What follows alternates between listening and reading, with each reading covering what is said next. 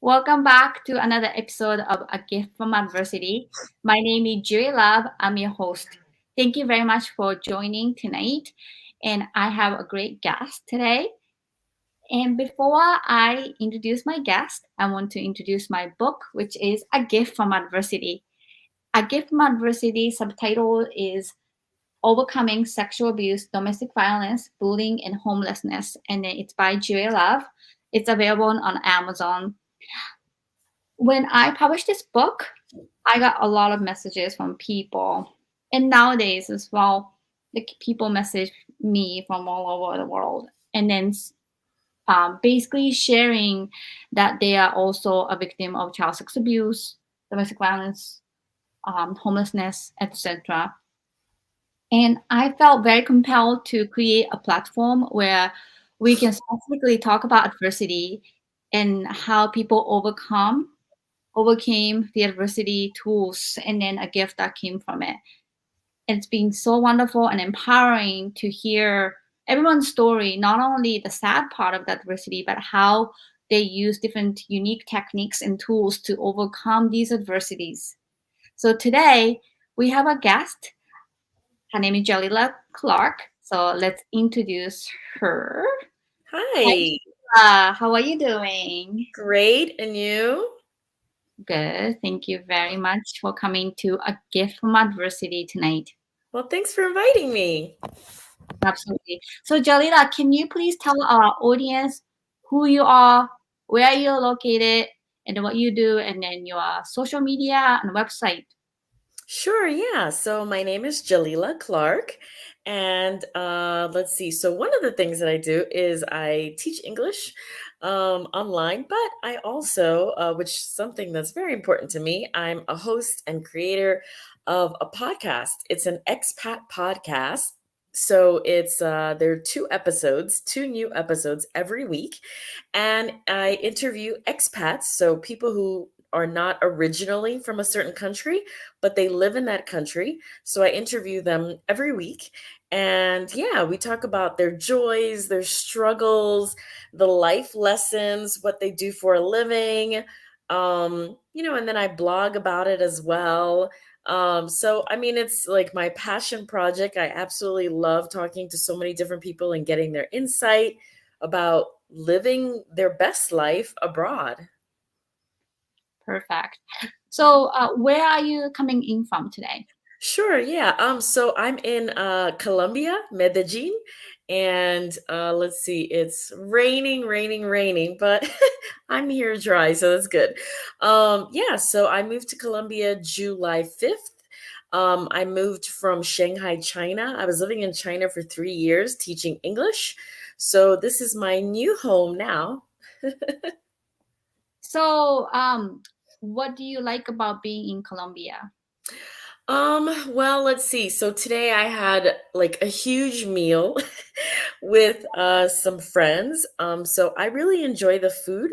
I had something called like plato paisa. So it's like, like the national dish, and it's like food that I really like. It's rice and beans and avocado and delicious meat and like platano, plantain.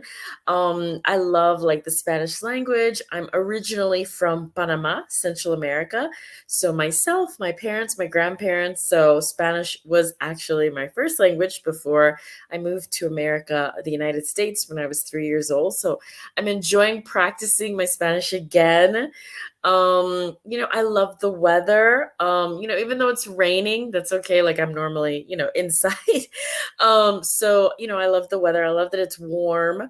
And it kind of stays warm here in Medellin. In other cities, the weather changes, like in Bogota, but I'm in Medellin. The people are friendly. Life seems, much more simpler here than in America. And my money does go farther here, so I don't have to work as hard. So those are some of the things that I like. So, how many languages do you speak? Just two, just English and Spanish. I mean, I learned a little bit of Chinese when I lived in China, but it's not like I can like hold a conversation. Like I know like directions, numbers, colors, lots of different things. So like I could put a sentence together, but I can't like carry a conversation. I can't read in Mandarin. So yeah, so I'll just say English and Spanish. Awesome. Well, thank you so much. I studied Spanish a Oh, little bit. cool. Oh, I took classes, but mainly I was teaching juvenile offenders in the detention program. And then I talked about it on my book, A Gift from Adversity, that I started a nonprofit. And then Wow. with Blood and Crips, and then the gang, that they use like Spanish. And then I just decided to learn so I kind of can get through to them, and Yeah, I learned like my on my own, and then it's been really fun. Very basic, but thank you yeah. so much. I'm gonna ask you to say something in Spanish later at the end of the show. Um, Okay. so Jalila, let's dive into the first question, which is an Sure. adversity. So can you please share your adversity with our audience? Yeah, and to some people it might not seem like so much of an adversity, but honestly, it really was. Like, I mean, it just really, trust me, if you had been there, you would have seen how like broken down I was. Okay, so when I foolishly once upon a time got married, I was 22 and stupid. And people, sometimes ask me, "Oh, well, was it love?" And I'll say, "No, unfortunately, it was low self-esteem." I'll be honest about that. So anyway, so after, years of being married, like I decided I wanted to fulfill a dream of becoming a police officer. So I was a police officer. So anyway, so, I went through the academy. And then when it was, let me see now. So I think it was like 10 months into my first year. Yeah, 10 months into that first year, I came home one day and my husband, he's sitting at the computer and he's like, "Oh, I'm bored." And I said, I need a separation. I can't do this anymore. Like I'd done this with him for years. We'd been married. So by that time I was like 30. And so, I'd done this with him. No, let me see. Yeah, 30. Yeah. So I'd done this with him for like 8 years, where like, I went to school, I worked, I, rose the ladder, I was succeeding, I was earning more and more money. And he would quit jobs right and left. And I just thought, this is a long time I've been doing this. I don't want to do this in my 30s or my 40s or my 50s. I don't want to do this with you anymore. No. So anyway, so of course, like he didn't like that because, I was the golden goose. And so anyway, so yeah, so I mean, I like left him the house, SUV, I paid off the credit cards. I even left him cash. I was like, you know what? Have a great life. I'm filing for divorce, but I knew that like I'm not one of those people who's like, "Oh, well, I need to hold on to this material possession because, like I have to have it." No, I mean, I had made money throughout life and I knew like I was capable of working hard and making all that stuff back. So anyway, so we started the divorce process and we go to our first court date and how it is in Florida, unfortunately, the judge asked him, "Well, do you want a divorce, sir?" And of course he says no. So then they set a court date and thus began a 2-year journey through divorce court. And people always ask me, "Wow, well, like, what were you guys fighting for? I thought you said you left him everything." Yes, I did. I absolutely did. And we didn't have any children. But believe it or not, I still had assets. So, number one, my salary. And number two, my retirement account. So he wanted half of my retirement account and he wanted 1,000 US dollars because, now I'm in Colombian pesos. So I think in US dollars now. He wanted 1,000 US dollars every month for permanent alimony. So anyway, so, we go to the court dates and, some of this adversity was precipitated by my divorce attorney, Jessica Bennett. And she, unbeknownst to me, she was going through like a hardship with her husband. Like, he had left her and she had like this breakdown. And, my my idea of an attorney at the time is that you pay an attorney and then they handle things. They tell you the court dates, they go to court, they make sure you come to court. Well, due to, like, I guess her breakdown about this man leaving her for another woman, she didn't tell me about court dates. And, a friend of mine was asking me, she's like, it's been month after month. And, like, what's taking so long? I said, I don't know. And my friend, she went online on the Hillsborough County, because I was living in Hillsborough County, Florida, in Tampa. And she went online and she said, you have a court date coming up in a few days. Did you know that? And I said, no. And so then I contacted Jessica Bennett. She's like, oh, yeah, I was going to tell you. I said, but when? I would need to get time off from work. Like, when? And she's like, no, I was going to tell you. We go to court. And so we're sitting there. And then, his attorney, because, he's not stupid. He's obviously, like I said, he wanted all this money and assets for me. So his attorney says, oh, well, Your Honor, we have a writ of a writ of bodily custody. And so, like, a writ is to take you into custody, to arrest you. That's what a writ is. And so I was like, that sounds awfully ominous, because I don't know anything about this. And that's what I said, Your Honor, I don't know anything about this. And I'm looking at Jessica, and Jessica Bennett puts her head down, and I'm like, oh crap. So anyway, so the judge looks at Jessica, and she says, Miss Bennett, what's going on here? And Jessica's not saying anything to the judge. And the judge says, Miss Bennett, I'm speaking to you. You're her attorney. She just said she didn't know about this. What's going on? You guys have missed court date after court date. So now they have requested a writ because, you've wasted their time and money and you've missed court dates. Miss Bennett still is saying nothing. Later on, I would, submit something to the Florida bar. I was like the 8th complaint. I didn't know that. And she was disbarred. Hallelujah. But anyway, wow, when I see this, I'm like, oh my God, I'm going to get arrested today. Like, that's what's going to happen. And so anyway, so I tell the judge, look, Your Honor, I was not aware. As you can see, my attorney's clearly incompetent. That's exactly what I said in court. And she's not saying anything. She's just looking down at the table. So I'm going to say whatever I need to, which is the truth, to, like, get myself out of there without getting arrested, because I was a police officer at the time. If I get arrested, I'm in big trouble. So I said, Your Honor, I'm a police officer. I can show you my credentials. I didn't know about this. Clearly, as you can see, I don't have, competent representation. If I'd known, I would have been here. There's no reason for me not to come to court. I go to court for a living, from cases that are tried based on arrests that I make. And the judge is saying, clearly, I see there's a problem here with your representation. I agree with that, clearly. And so, but his side is saying, oh, but Your Honor, my client, he needs money for his bills. And the judge says, well, why isn't he not making money? Why isn't he not working? This is a clever woman, because she could see through the BS. And so, they're like, oh, well, like, they don't have a good reason. They just know they're going to try to, like, milk me dry. And so anyway, so she said, she looked at me, she said, I'm so sorry for this. She said, this should not be happening. And she looked at me and she said, can you get the money in like 2 weeks? Like, they were asking for like almost $7,000, like, attorney's fees, court costs, money for him. And I said, Your Honor, I will do whatever I need to get the money.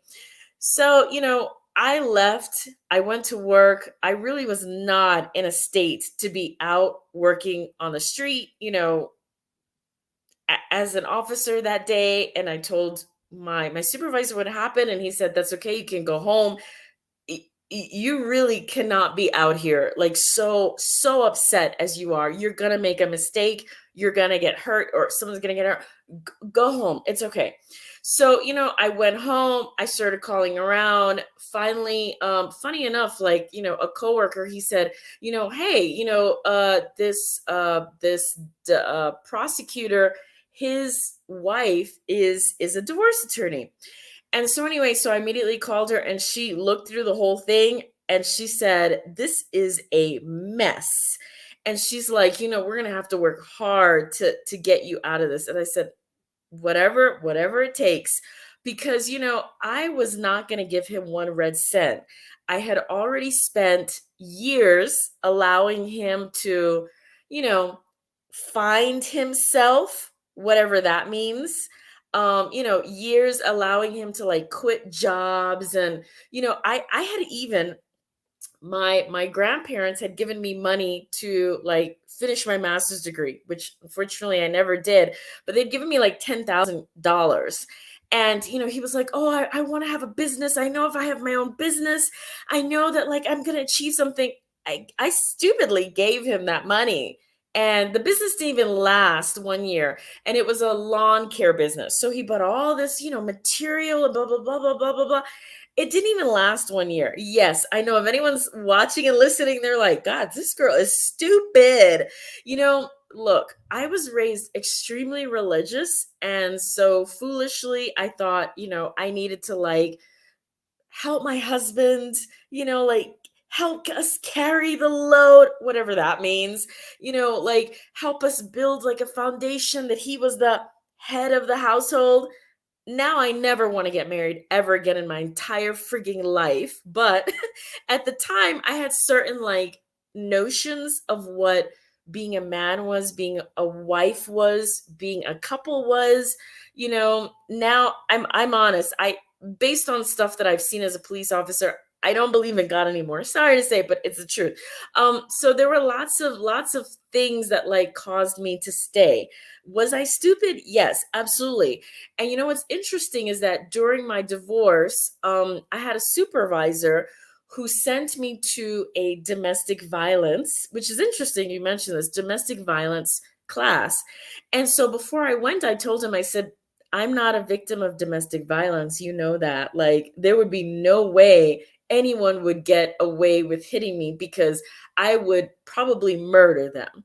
And he said, "I see where you're coming from, but you are, because it's financial abuse. You don't see what's going on here, but that man has been financially abusing you.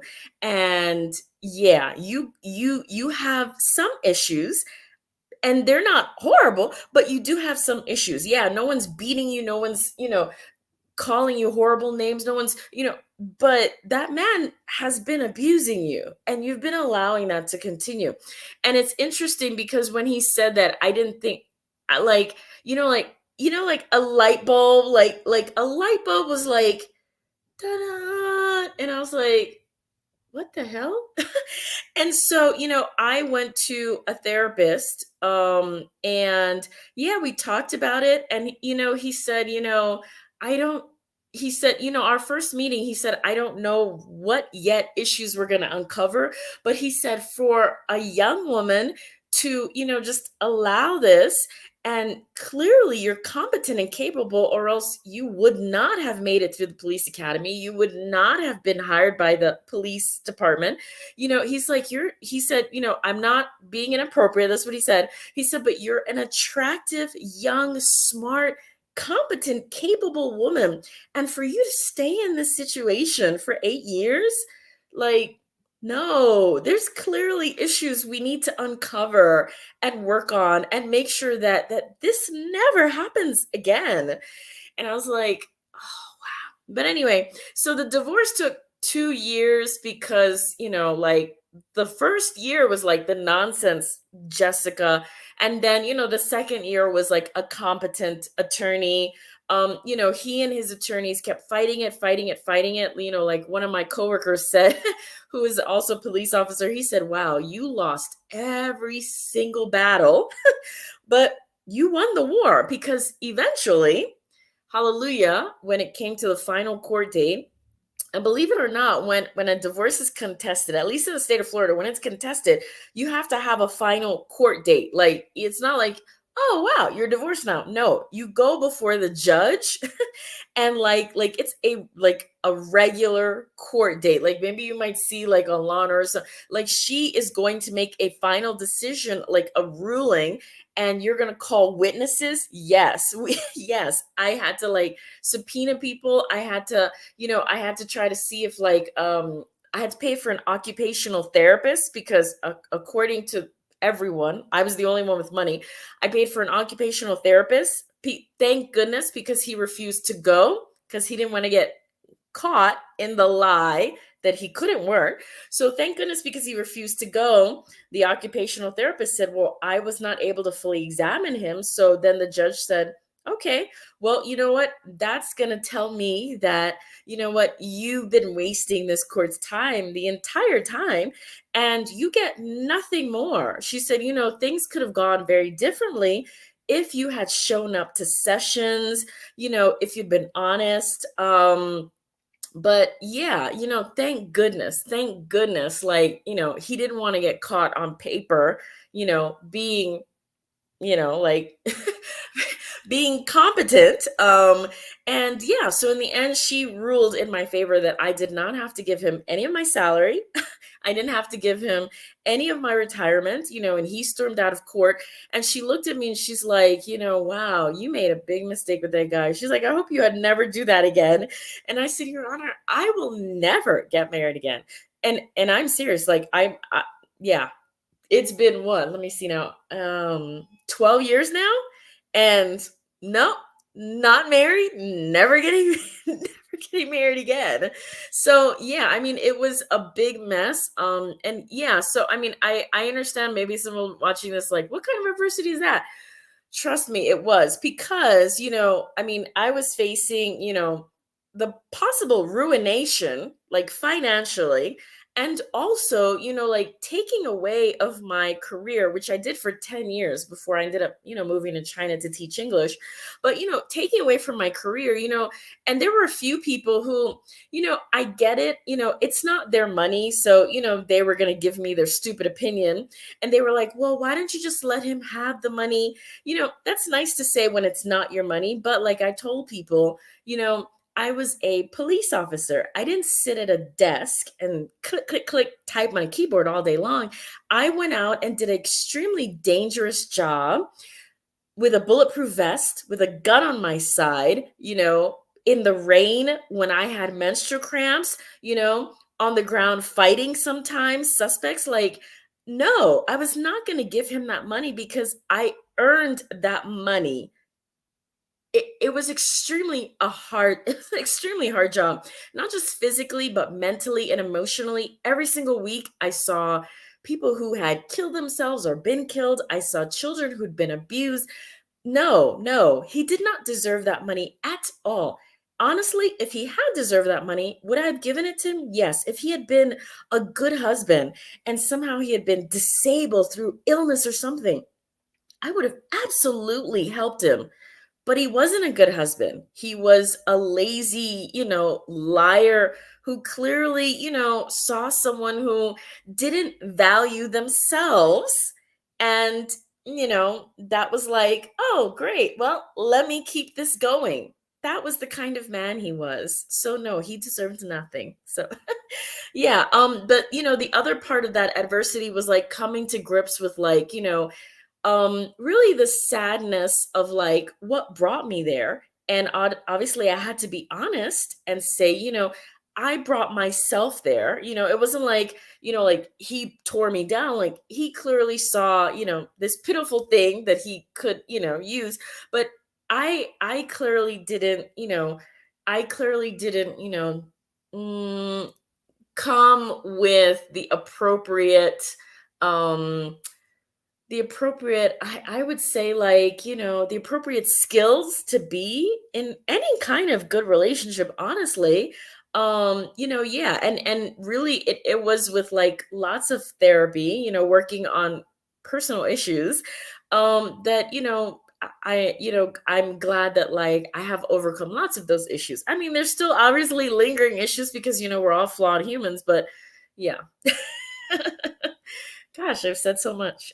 Well, thank you so much, Jalila. First of all, I'm very sorry that you have to go through that, and then you have to fight for your money Yeah. and court, and then his lies and manipulation and incompetent attorney. I'm so glad that she got Oh disbarred. my Oh, God. that is so crazy to hear. Yeah. You trust attorney, pay for money, and then Yeah.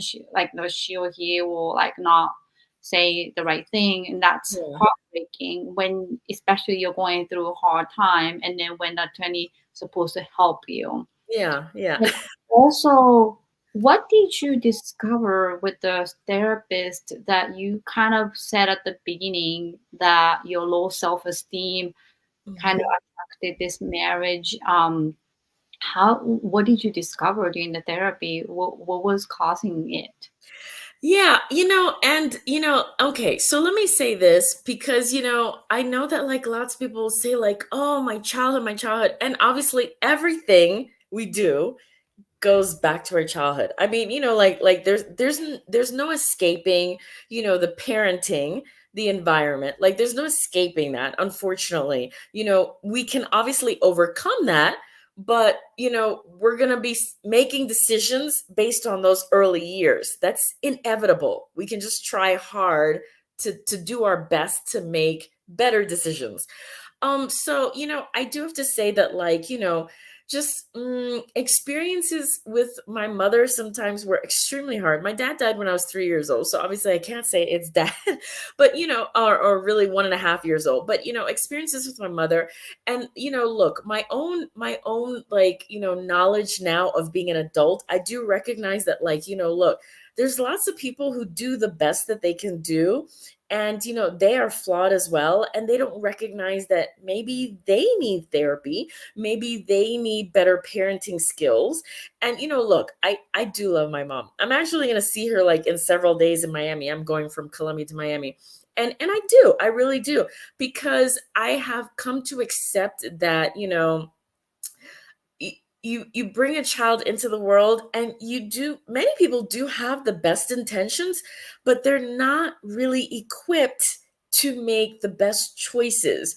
So, like, lots of things that she would say were extremely hurtful. Lots of things that she would do, like, look, I mean, it's called corporal punishment today, and it's not acceptable. That's something I used to tell people when I was a police officer. Like whippings with belts, and like if your skin, their skin tears, they have bruises. That's not okay, not okay, not okay. No matter how much you think you're like rearing that child in the best way, that's not okay. And so this is why, like, people, like, I just had lunch today, and this guy who was in our group, he was like, gosh, he's like, you seem so like such a positive person. Well, that's because I've done work. So that's why I can, laugh at things honestly and smile and go out there and be happy and friendly and caring. And, because, I have done the work. And, I personally put off having a child because, I felt like I was not going to be the best parent that I could be. Right now, I have actually started looking into the process of adoption because obviously I'm older. But yeah, I'm finally ready because I know, like, I'm that best version so far that I have gotten to. But yeah, so it was lots of things she said and did, like corporal punishment and really hurtful things like, calling me stupid and stuff like that. And it's funny because it's like, on my podcast, like someone was like, I've talked about this several times, that my mom still says stuff like, stupid. And it just runs off my back because it's like, look, that's your opinion. I've come to realize as an adult, people can have their own opinions. There was a book called Loving What Is. I can't remember the author's name, but it's called Loving What Is. And she says, when people have opinions, that's their business. That's not your business. You have your own business in life. You go follow your business. and you leave their business alone. So, when I interviewed some people about my podcast and they were like, what'd your family think? And I've told them, I've said, my mom said, hey, that's stupid. You're stupid. Why are you going to live in another country? You need stability. You need a marriage. She's still saying that. You need stability. That's stupid. You're stupid. Why are you going abroad? And I was like, well, that's what I'm gonna go do. So I'll call you from China. Bye. Like, because it's like, that's okay. You can have your own opinion. That's quite all right. But my opinion is what's best for me. So yeah, I mean, it's recognizing that, um sometimes people don't have the best parenting skills. That, look, clearly, like, I'm a fully formed, healthy adult, and I graduated college, and I didn't get into any drugs or anything like that, and never smoked, and I actually was on the honor roll in high school. And and if you ever meet anyone who knew me in high school, everyone would say the same thing, that I was such a, like, caring, giving person. But why is that? Because, I mean, my mom clearly did do some good things, you know what I mean? She, like, easily kept a roof over our head. She was a registered nurse for her career. Clearly I was fed. I was taken care of. I mean, I went to university. I didn't, like, I didn't get into any trouble with the law or personally or anything like that. So she did do the fundamental things. Yes, absolutely. And I don't discount that, because that's not easy. Life in Miami is expensive. But yeah, I mean, were there things she did fail at? And I'm sorry to say, yeah, she did. But as an adult, we have to recognize that, whatever happened then, and at a certain point, it's now up to you to now, say, look, just because someone did XYZ doesn't mean that as an adult I now need to keep blaming them. No, absolutely not. I need to do the work, go to therapy, try to overcome these issues if I can, and be the best person I can be, because now I'm an adult going out into the world. You know what I mean? So anyway, yeah, so it was things like that. Yeah. Thank you so much for sharing. And I will talk more about that during the tools section of the podcast. Okay. But I just want to go back. And I was going to say, and I'll say something very fundamental during the tool section that a therapist told me. So I'll say, yeah, Say it, because I want to dissect a little bit more about your adversity first. I know it's been quite a while, but like the podcast is really meant to, like, really dissect and then dive into the adversity. So I just want to echo with you. So I am from Japan, where women were taught to be the best wives. And for instance, my aunt was not allowed to go to high school. Wow. She was not allowed to get an education like men, but to go to a kimono making school, cooking school. Okay.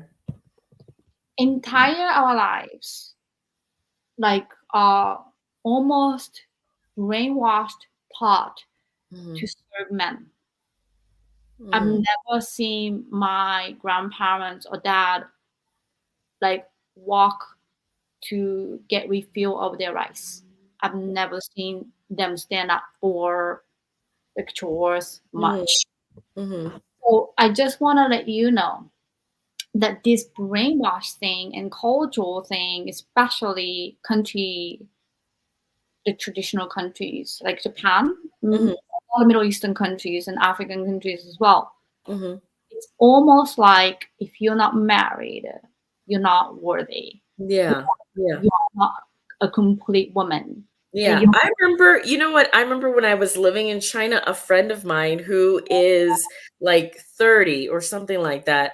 Yeah, like she told me, she said, "Do you know what they call us?" And I said, "No, what?" She said, "They call us single women leftover women." I said, "Are you serious?" And she said, "Yeah, that," she said, "My family they feel so sorry for me. And I was like, why? You have your master's degree, you're smart, you make good money. Like, and she said, yeah, but I don't have a man who loves me, who's interested in me. And I was like, yikes.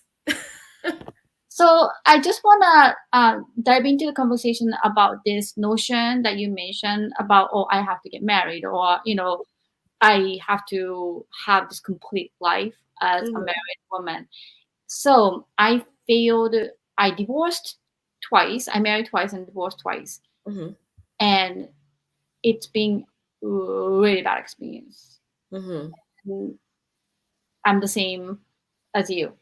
mhm, But if I'm in Japan right now and being 45 going 46, single mom, no man, they would like destroy me mhm, and basically would say, you are not competent, you're not worthy, you're not blah, blah, blah.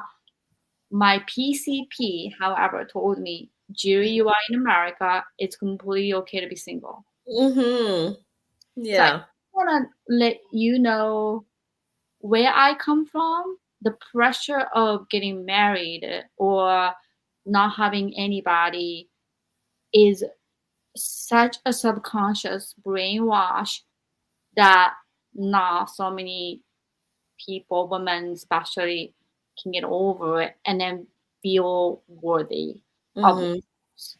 Yeah. So this conversation is very rich to me because you sharing your experience of childhood and Mhm, maybe leading into this man that you clearly didn't deserve, and this mhm, situation that you have to go through with him, manipulation and him trying to steal your career, financial abuse. No, financial abuse, that is huge. It's mhm, That's mhm, harassment, and he does not deserve a penny. Like you said, being a police officer, mhm, especially a woman of color mhm. police officer, that are on the ground fighting with this, criminals Yeah. or Yeah. earning money that Mhm. you deserve to take care of yourself, go Yeah. to vacation, nail salon, whatever. He Yeah. doesn't deserve a penny, No. especially if he can't work. Like you said, he's disabled. That's a different Mhm, story. So mhm. I'm very happy. The outcome is Yeah. what you had deserved. Mhm. And a lot of people do not understand the pressure of being in divorce court in the situation, Yeah. how scary it is. And Mhm. I was actually shaking. I remember I was shaking at the court, like before our turn. And then you have to hear all these other cases of people getting divorced. And then I don't know if you have it in Florida. Massachusetts has a divorce parenting course. It's mandatory. So if one party failed to go to divorce parenting class, judge will not grant you a divorce. So I don't know if you have it in Florida, but it's good. Mm. It's a good class. However, it's a pain if one party will refuse to go to the class and Mhm, go up to the court and don't have this divorce parenting certificate. Your mhm. divorce is not granted. Yeah. Therefore, you go through hell again, again, again. Yeah. So it is good and bad, but at the same time, people do not understand Yeah. how mentally how mentally draining it is. And Mhm. Yeah. even with child, without a child, it's a commitment that you made to a man that you trusted, and Mhm. it's just heartbreaking to hear. And then there's 60% of divorce rate. So Yeah. Yeah. I really think marriage is completely overrated. And then I Yeah. feel like it's more of a brainwash sometimes, It propaganda. is. It But is. Like, I was telling someone the other day, I said, I do love marriage in terms of like the institution, because some people, I've seen it. Some people, wow, they meet their right person and it's like, oh my goodness, they raise a family, and like you could see like, wow, like they bring forth like wonderful children into the world, and it's like, oh my god, like these people needed to meet each other, like it was fate, so I think that that's possible. But yes, there's lots of marriages where it's like, oh my god, horrible, horrible, where it's like, why are you two even together?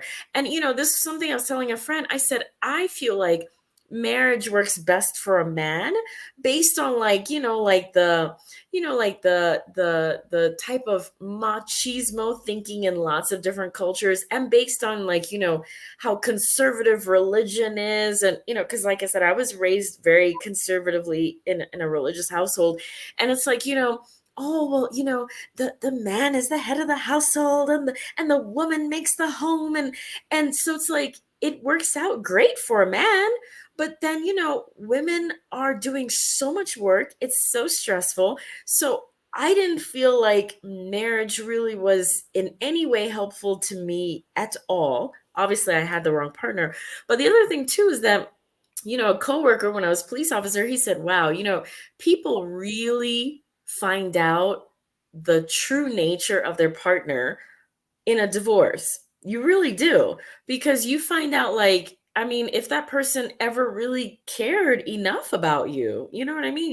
You really find it out in a divorce. Unfortunately. And my heart breaks out to all the people, and then not just women. I've seen or heard like the men's side of it, that Mhm. women were abusive, and then men were financially, emotionally, or even physically abused by a woman Mhm. as well. But you know what, Jalila, what you have discovered, I would say, is very important. That you said that low self-esteem, the Mhm. Mhm. childhood kind of attracted this. So I have to tell you that, because as I said at the beginning of this podcast, my book is A Gift from Adversity.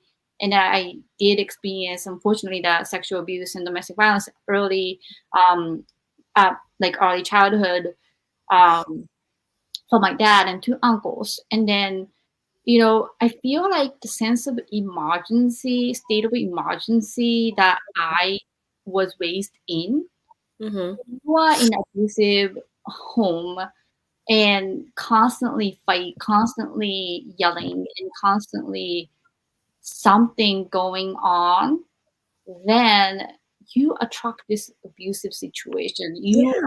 feel that you need emergency to survive. Mhm. It is so wrong that I didn't learn boundaries, self Yes. love, and it was all violated. So how can you get out of that, even to realize that you are attracting these, abusive situation, not even realize, like, until you were told that you were financially abused, that you Yeah. didn't even know, that you didn't No. even realize. I was like, "What? That's not even a real thing." But you know what? It's true, and it's very true. And then I didn't even know the word PTSD or sexual abuse Mhm. until 22. Mhm. No idea. But it started when I was 4. Mhm.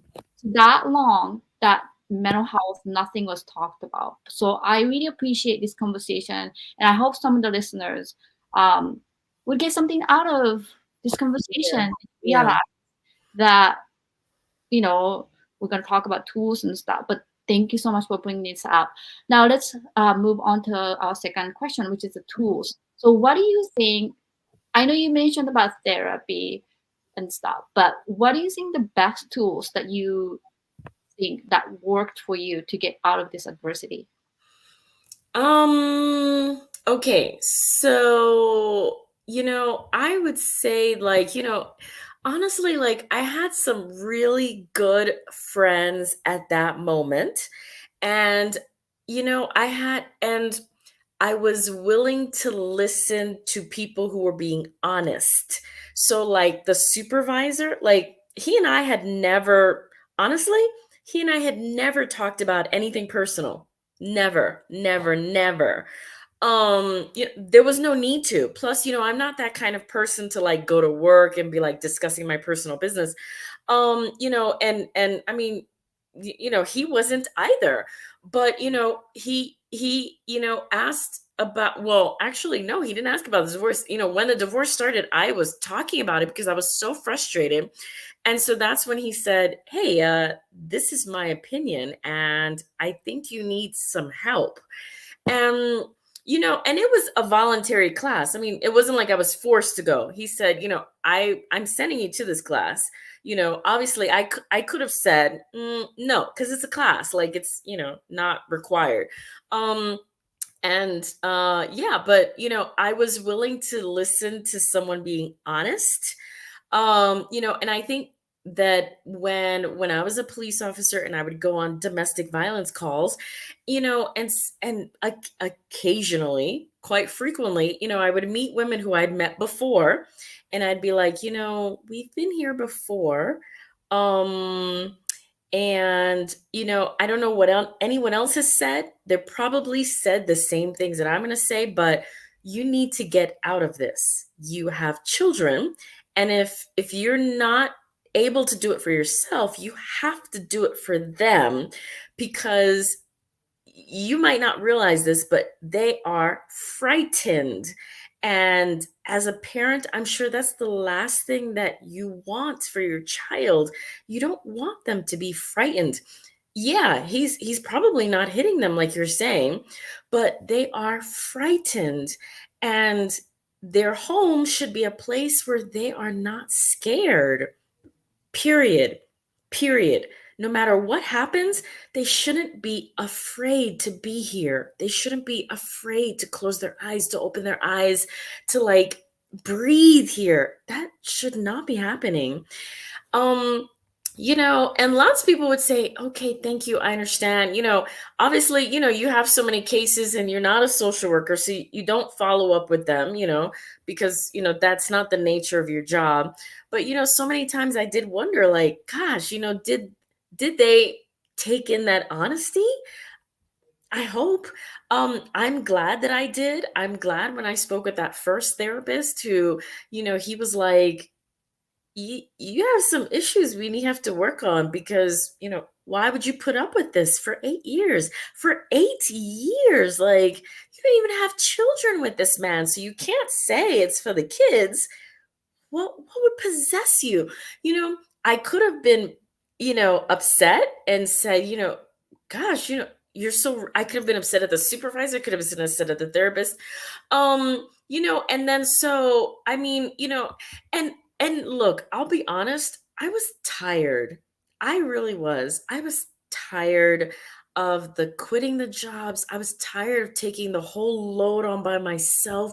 I was tired of not having a partner to help. I would see other couples, and I was tired of not having someone in my life who cared, who was there, who was helpful, who was, supportive. I was tired of being a parent to a grown man.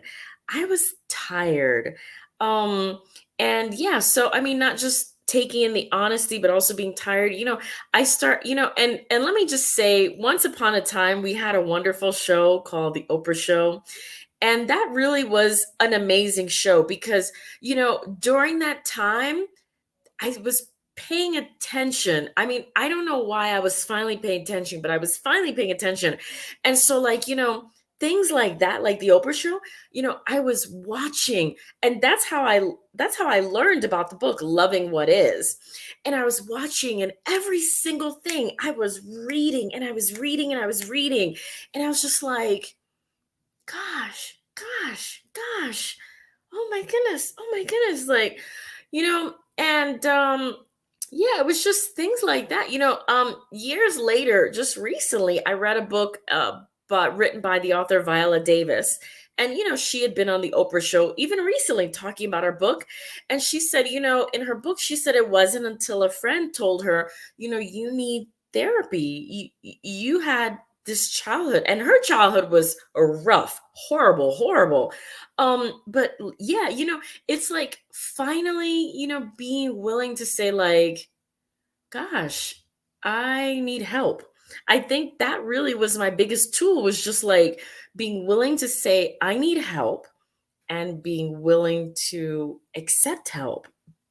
That honestly was it, was being honest with myself, because clearly I'd been lying to myself, you know what I mean? Like saying, "Oh wow, everything's great." Like, things are great. Like I said, I was an honor roll student, you know what I mean? Lots of times I went to school and yeah, I was sad. I really was, but you wouldn't have known it. But yeah, yeah, things like that, graduated college and went and had a career, and I was a police officer, and I'm tough for the police officer. And like a coworker and we talked about it, and I said, here I was going to people's houses and I was telling them, you need to leave that man. But then I'm going home to this same situation they're in. Yeah, I'm not getting pummeled, I'm getting abused in a different way. You know what I mean? So clearly, instead of stopping the lies, let me just say that. Stopping the lies. Yes, stopping the lies. Yeah. Yeah. Yeah. So I have very interesting story. Mhm.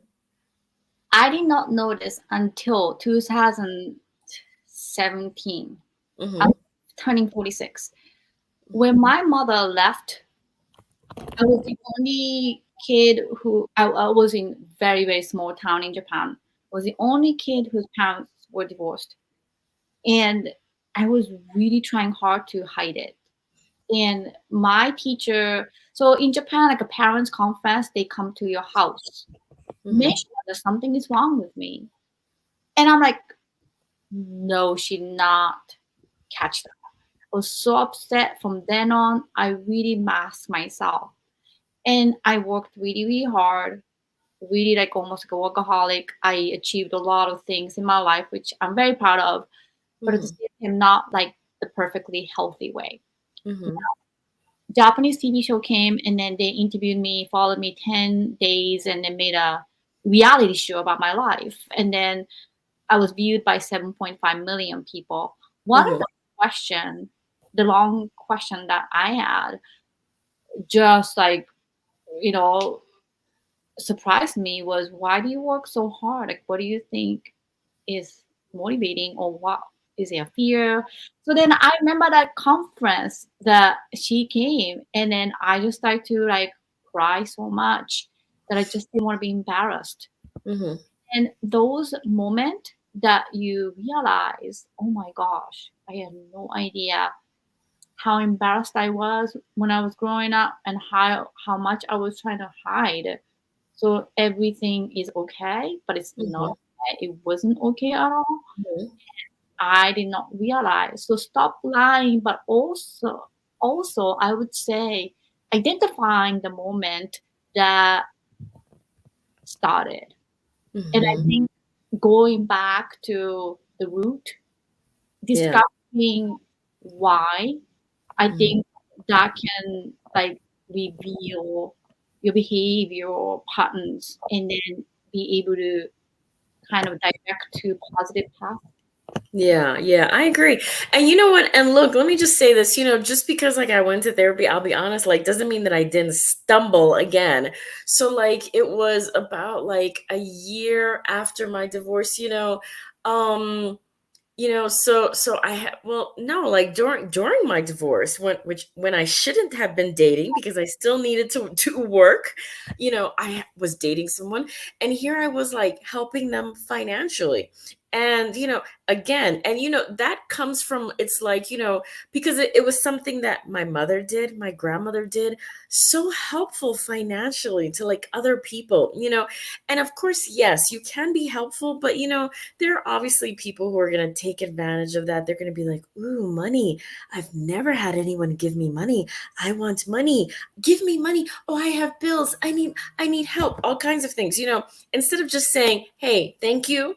I appreciate the gift, but it's okay. No, they'll be like, I need more. I need more.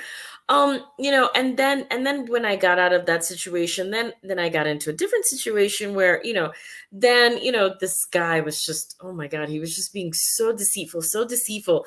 And I was like, and so like the financial stuff I had like squashed. But then now I was still with a person who was like lying. And it's like, I don't like lies. Like, I always tell people like, look, be honest, because I know what it is to like live in like a life of like lies. It causes problems. Like I said, obviously I was lying, or else I would have fixed the problems I had sooner. And so, then I like left that relationship, and that was like 10 months. And then I went to the therapist, and I this new therapist, and I was crying, and I said, I just can't believe that, like a year after my divorce, I just left this relationship for 10 months, and I feel stupid because like I should be making better choices. And it's so funny what she says, and I always tell people that I wish I remembered her name, and I wish I had kept in touch with her, because I would love to just be able to say like this woman said something so profound. And she said, "But you're doing great."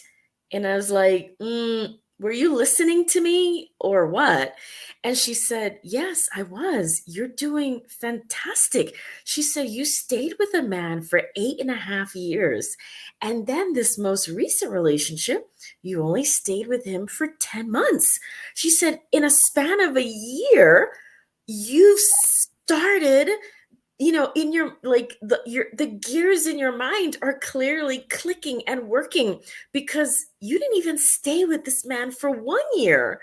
And I was like, okay. And she said, "The next time, you're only gonna be there for weeks, for Yeah. maybe, yeah, and then the next time after that, you're gonna see him coming a mile away, and you're gonna say, get away from me." And maybe you'll be on a date, and you'll be like, get away from me. I don't want anything to do with you. And you know what? She was absolutely right, because, after that, believe it or not, I started having healthy relationships. I had a great relationship for a year and a half. And then I broke up with him because he was like, "Oh, well, we'll live together." And I was like, you know what? I don't feel this is the best relationship for me. I feel like something's missing. Like I felt like he wasn't present enough. He was a great guy, but just very involved in his own, his own things sometimes. And look, he was older, and he wanted to travel, and so he'd be like, "All right, I'm going to go travel." And it'd be like, "Yeah, but what happens to our relationship when you go and you go and you go? Clearly, yes, you need to live your life." So there was nothing bad about him. It's just we were clearly on different time schedules. He needed to go enjoy his retired life. Absolutely. I obviously needed to be with someone who, was on my same time schedule. They're still working. They're not jetting off to somewhere else. So anyway, so then like 4 months later, I met another guy, and we were in a relationship for 2 years, until he drove me to the airport, and then, helped me put the baggage on the scale, and was like, "Are you sure about moving to China?" And we still keep in touch. A phenomenal relationship. Honest, consistent, stable man. So, so yes, so it did get better. It really did. And the only reason, like, I left that guy was because he never wants to leave America. I want to see the world. This is why I lived in China. This is why I live in Colombia. I want to experience so much more that's out there. um but I'll give you the reason why I said, it was so true about, I'll when she said I might be on a date and be like, "Get away from me." So like I had gone on Bumble, and yes, there were some dating mistakes I made in China, but I wasn't really looking for like a serious relationship at the time, so it's okay.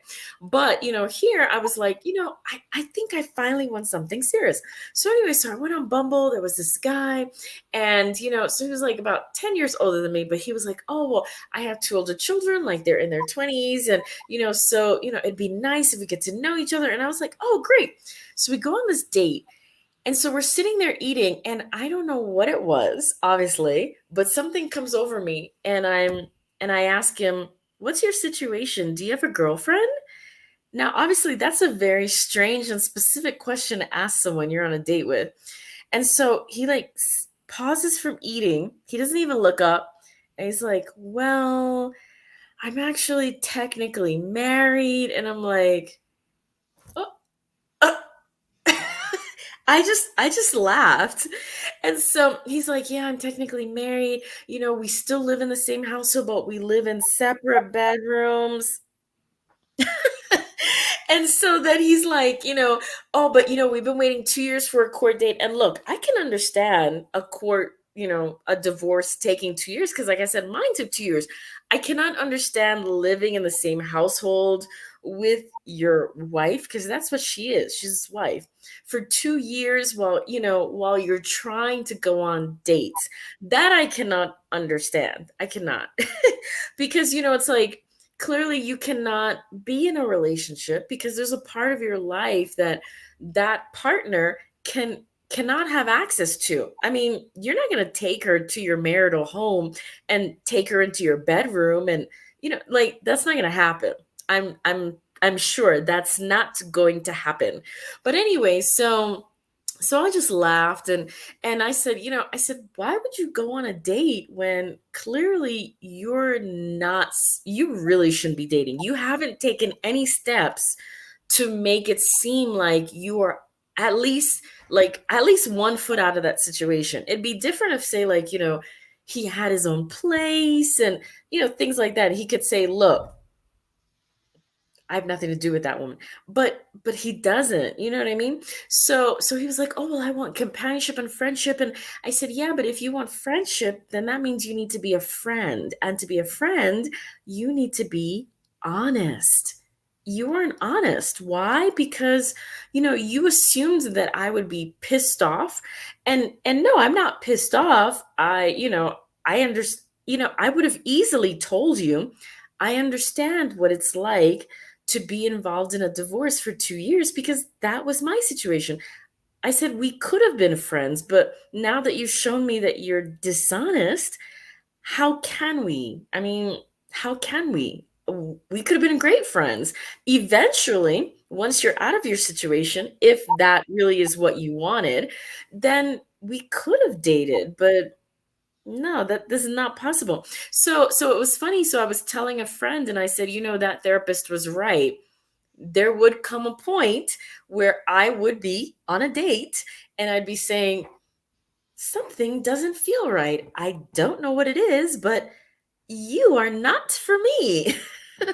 And she was absolutely right. And how did that happen? Well, because it's been now decades since that first moment I started going to therapy, and I still read books and I still think about things.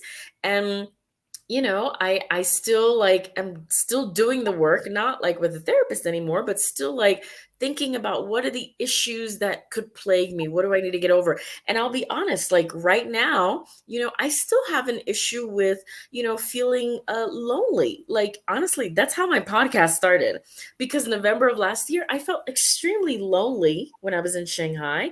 I didn't have a boyfriend. Very lonely. And I was like, you know what? I need to get out of this. And, I started talking to other expats, and I was like, well, how do you guys get over this? How do you feel? And honestly, that's how it started. The conversations about, like, how do we feel when we live abroad? Like, I know, like, on Instagram, lots of people, they put like the champagne life, like I like to call it. Oh my God, I'm on a yacht. I'm on an island. You know what I mean? I'm like living the fabulous life of living abroad. And for lots of us, that's not our case. You know what I mean? For lots of, all of my guests, we all work. You know what I mean? None of us are living on a trust fund. Like, even the people who are living on islands who I've interviewed, they work. That's how they can afford to live there. Sometimes they're sad, they're frustrated, they're lonely, they're confused, they miss their family. Sometimes their family are not supportive of them being abroad, but it's real reality. And so, maybe like the old me a long, long, long time ago might have said, gosh, I'm lonely. I need to be in a relationship, in a partnership. And then, and I would have attracted someone who, one time this was told to me, it's not that people don't see your worth. Of course they do. but they want to see, do you see your worth? Because, lots of people, like feel like if you lose money on the street, they'll see the money, they'll pick it up. You know what I mean? Because they're like, oh, this is worth something. This coin, this dollar, this $20. So there are people out there, they'll see, oh my God, like that's a nice person, that's a decent person, that's a helpful and giving and caring and smart person. Oh yeah, oh yes, I have a gem now in my hand. But that person doesn't deserve that. They don't deserve like that $20 they found in the street, because they didn't earn that. They didn't do the work. They're not that shouldn't have been for them. They just were in the right place at the right time. So yeah, I mean, I'm really happy about the work that I keep doing. And yeah, that recent experience was like, gosh, unbelievable. This is so funny. Wow. Yeah. Well, thank you so much for sharing your experience and tools, and then how the progress is going after using these tools. Now, let's switch to the last question, which is a gift that came from the adversity. So, how Yeah. would you say a gift that came from the adversity? Oh my goodness. I realized how strong internally I was. And it's funny because like, you obviously I'm sure like anyone would assume, oh, but you were a police officer. Of course you were strong.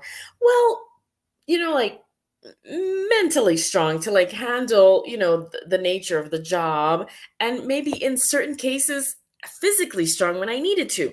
But I didn't realize how emotionally strong I was, and I didn't realize like, that I could, overcome and feel better about myself, because I knew I didn't feel good about myself. I knew that.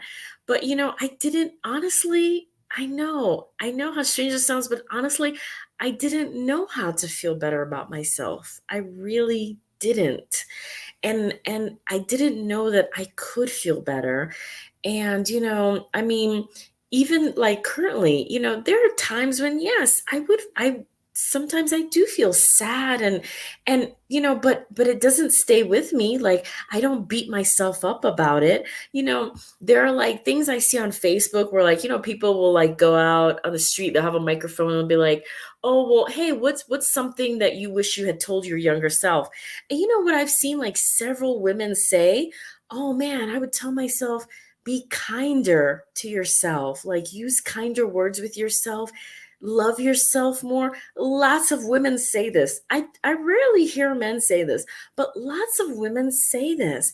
And I don't know why we end up like being so hard on ourselves when, you know what, everyone is having a hard time, okay?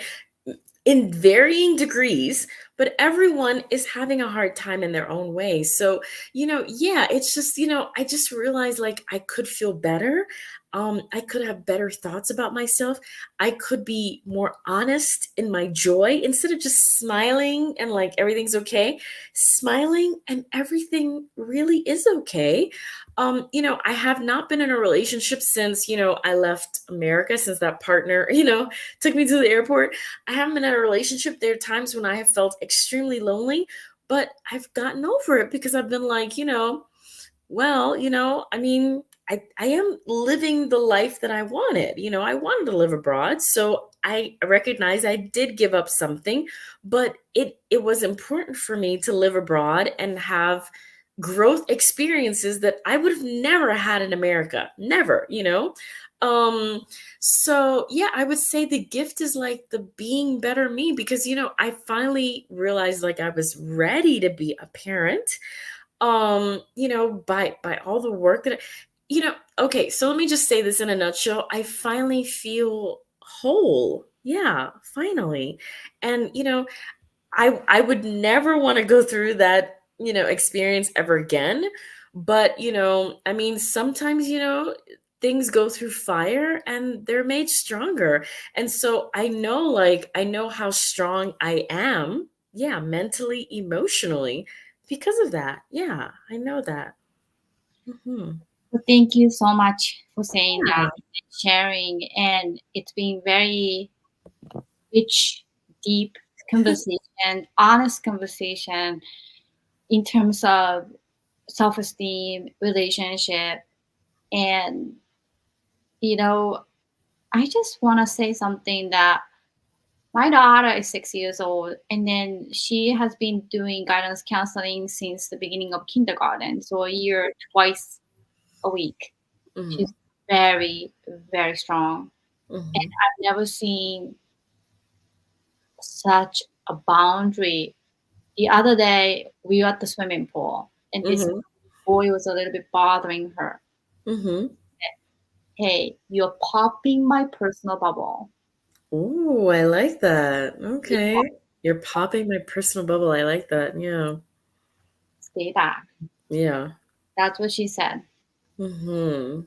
I had a bad relationship, and I got the text and then apology, and then she said, "Mom, delete it, block it." Yeah, yeah, yeah. And it's funny, that's what I do now. Yeah. I don't like something, I do not give you another opportunity because the first opportunity that I gave you came with wide open arms, okay? Yeah, With no agenda, no judgment, no reservation, and if you chose to mess that up, that was all on you. You don't get another chance. And I know that might sound harsh to some people, but those boundaries are important to me because the gate was wide open for you to come, hold my hand, and frolic and have a good time. But you messed that up. So you no, now the gate is closed. You don't get another opportunity. No, no. Absolutely not. So yeah, I like that. Popping your personal bubble. I like that. Yeah. And I yeah, like how she's like deleted. Absolutely. Yes. No. Because I've also learned this, from the very beginning, if with my ex-husband, if obviously I look back and I see red flags. We all do. We look back and we're like, "Whoa, hindsight's 2020." But like if I had, from the very first moment, like I did with this date, said, "Wow, I don't like that behavior. That's crappy behavior." If I just cut it off, that would have been the end of that. But instead, when you allow some like someone has crappy behavior and you allow them to continue the second and third time, now that conditions them. Now they're like, "Oh, I can do whatever the frig I feel like it. I can step on them. I can wipe my feet on them. Yeah, I can treat them like garbage. Yeah, they don't care. It doesn't matter to them." Well, the very first moment that you say, "You know what? The door is closed." You've also conditioned them because now they realize, "Oh, that's it. I blew it." And now they go away. They go away. They go yeah. away. So my point is though, Jalila, I'm before I would say the pandemic, and Mhm. then we talked a lot, but I just want to say after the pandemic, especially, then a lot of people start to talk about mental health and Mhm. boundaries, 6 feet away, like boundaries and stuff. But I would say the younger generations, luckily, are learning more about the personal space, Yeah. boundaries, and mental health talk that was never Yes. ever talked about when I was growing up. Me So either.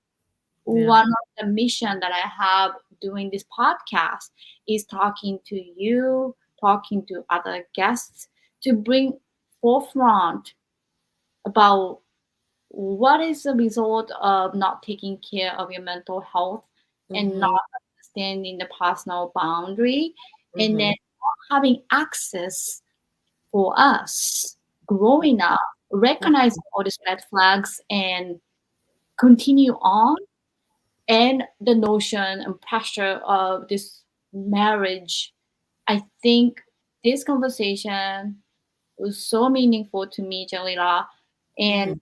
I'm really proud of how I started this podcast and how you came to my show, how you shared Mhm. your story today. And I'm very proud of you recognizing all these signs Thanks. now and Mhm. also recognizing the root so that you can better prepare taking care of yourself.